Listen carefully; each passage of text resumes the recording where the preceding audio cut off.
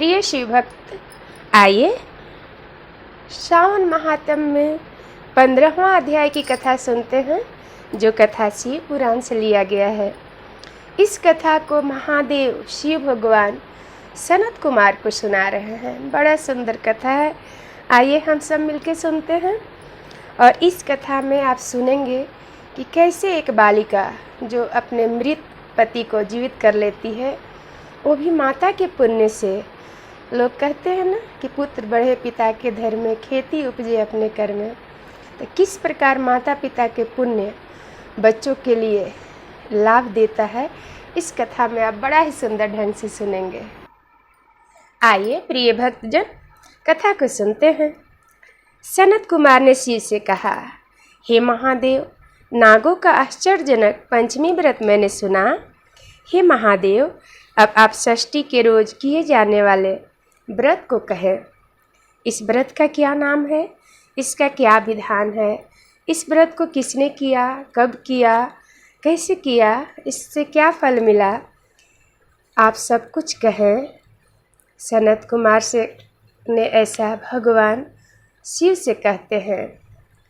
विपेंद्र, सावन मास शुक्ल पक्ष की षष्ठी तिथि को महामृत्यु विनाशक उत्तम सुपोदन नाम का व्रत करें।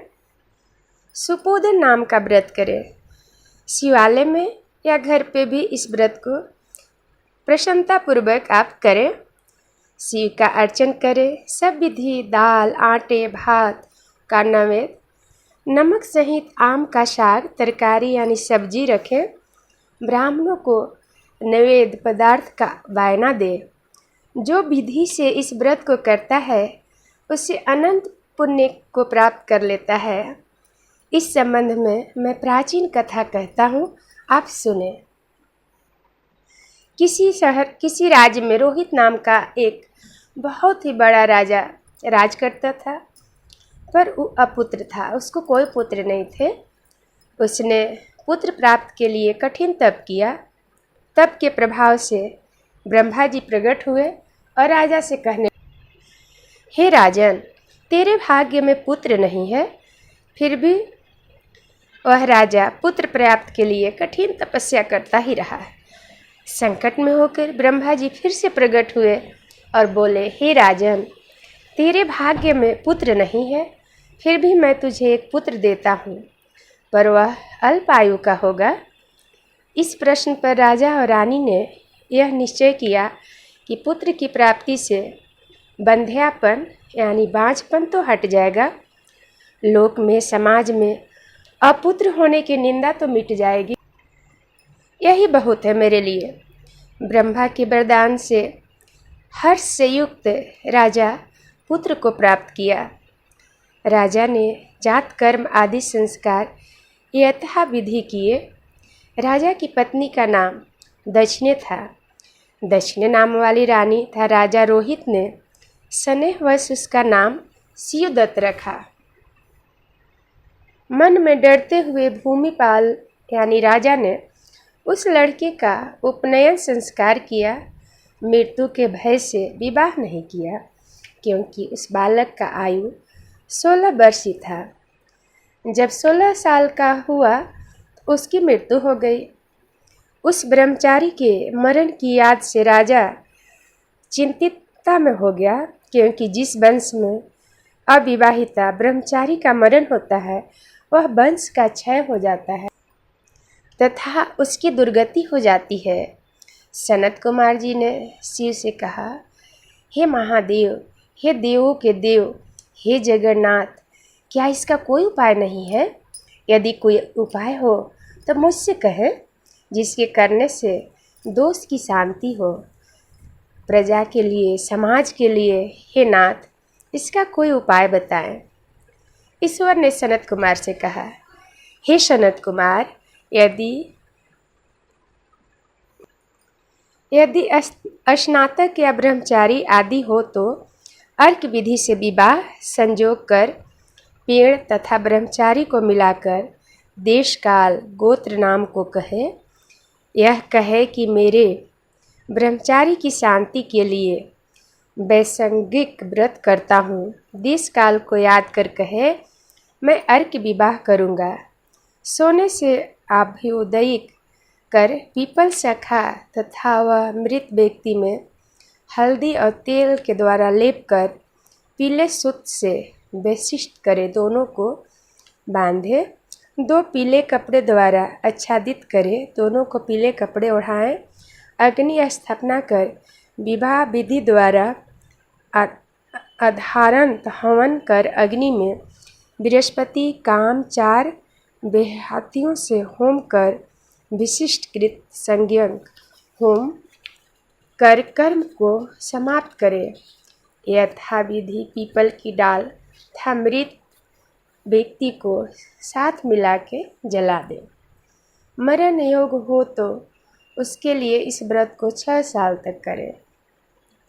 ईश्वर ने सनत कुमार से कहा, हे विपेंद्र, राजा ने ब्राह्मणों से इस विधि को श्रवण कर अपने मन में विचार किया कि यह अमुख्य तर्क विवाह मुझे उत्तम नहीं लगा। राजा को यह विधि पसंद नहीं आया। विवाह की मुख्य होना उचित है, जिससे मेरे जीवन के वास्ते कोई बालिका नहीं देता। मैं राजा हूँ, जो कोई इससे अपनी लड़की देगा उससे मैं रत्न तथा बहुत धन दूंगा। राजा को जो पुरोहित पंडित लोग ने उपाय बताए उससे राजा संतुष्ट नहीं हुए। उन्होंने सोचा कि मैं राजा हूँ, अगर मेरे बेटे के लिए कोई अपनी लड़की दे दे तो मैं लड़की से उसका विवाह करके फिर उसका अंतिम संस्कार करूं। ऐसा मन में राजा का विचार आया। राजा ने अपने नगर में यह घोषणा कर दी कि कोई भी मेरे पुत्र के लिए अगर बेटी देता है तो मैं उसको बहुत सारा धन दूंगा और बहुत सारे पैसे दूंगा। उसके नगर में एक ब्राह्मण रहता था। वह दूसरे देश गया हुआ था। उसकी प्रथम मृत पत्नी से एक लड़की थी। दूसरी विवाहित स्त्री बहुत दुष्टा थी। उसने डाह से और बहुत द्रव्य के लोभ के कारण लड़की देने की इच्छा प्रकट की राजा के पास। उसने 1 लाख रुपए लेकर और 10 साल की उस दीन बाला को मरे हुए राजा के लड़के के वास्ते विवाह के लिए दे दिया। उस बाला को लेकर वे सब नदी के किनारे शमशान में गए।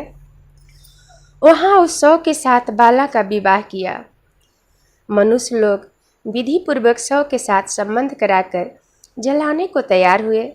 तब बाला ने कहा, यानी बालिका ने कहा, आप क्या करते हैं? बालिका की ऐसी वाणी को श्रवण कर वे सब दुखित हो बोले, यह तेरा स्वामी है, इसकी देह को जला रहे हैं क्योंकि यह मृत हो गया है, मरा हुआ है। यूँ सुनकर उबाल स्वभाव की बालिका डरती हुई रोने लगी और रोते हुए वह कहने लगी, आप सब मेरे स्वामी को क्यों जलाते हैं? मैं जलाने नहीं दूंगी। सब लोग ज्यों। रोते हुए उस बालिका ने कहा, आप मेरे स्वामी को क्यों जलाते हैं? मैं जलाने नहीं दूंगी। सब लोग जाएं, अकेली मैं यहाँ रहूँगी। यह जब उठेंगे तो मैं इनके साथ आ जाऊंगी। बालिका को लग रहा था कि उसके पति सो रहे हैं। बालिका की ऐसा हठ देकर सब करुणा से आश्चर्यचकित हो चले गए। जो प्रवादवादी वृद्ध लोग थे उन्होंने कहा, अहो, अत्यंत कष्ट है, किसी का भावी कर्म नहीं जान सकते। दीन संरक्षक दयालु भगवान क्या करेंगे? निरपराध बालिका यह कन्या सब पल्य भाव द्वारा दूसरी सौतेली माता से बेची गई है। अतः कदाचित देवरक्षक हो तभी इस बालिका को तथा इस मरे हुए राजकुमार को हमें जलाना नहीं चाहिए, ईश्वर के ऊपर इन्हें छोड़ देना चाहिए। यदि आप सबको हमारी बात अच्छी लगती हो तो हम सब यहाँ से चले जाएं। ऐसे बड़े बुजुर्ग और पुरोहित पंडित लोगों ने राजा से कहा। ऐसा विचार कर राजा भी मान गए और सभी मानकर सब अपने अपने घर को लौट गए।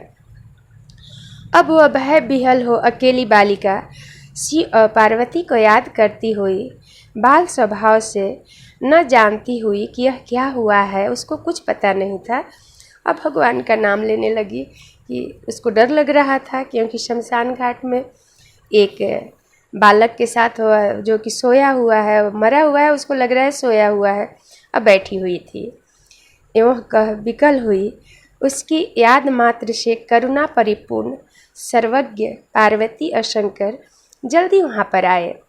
जब वह भगवान को याद करने लगी तब भगवान देव महादेव माता के साथ वहाँ पे आ गए। तेजपुंज वृषभ पर सवार हुए शंकर पार्वती को देखकर उसने प्रणाम किया, पर यह देवता है ऐसा उसको ज्ञात नहीं था। उस बालिका को कोई भी नहीं पता था कि यह भगवान है, ईश्वर है, महादेव है। वह तो डर रही थी। अब वहाँ पर जब किसी व्यक्ति को देखी तो वह बहुत खुश हो जाती है, और उन बालिका ने उन्हें प्रणाम भी किया, और उसको ज्ञान नहीं था कि भगवान है। बहुत ही उनको आ जाने से उसको आश्वासन हुआ, तथा उसने बोली, भगवान से, महादेव से बोलती है, क्या मेरे स्वामी उठेंगे या नहीं। उसको लगता है कि वो सो रहे हैं तो उठ क्यों नहीं रहे हैं। उसके बाल स्वभाव था दया से आर्द्र हो शंकर पार्वती ने कहा, हे बालिका, तेरी माता ने सुपोदन नाम का व्रत किया था। तिल तथा जल लेकर उसके फल को संकल्प कर अपने स्वामी को दे दे, था मरे हुए पति से कहे कि जो मेरी माँ ने सुदोपन नामक व्रत किया था उसके प्रभाव से मेरा पति उठ जाए।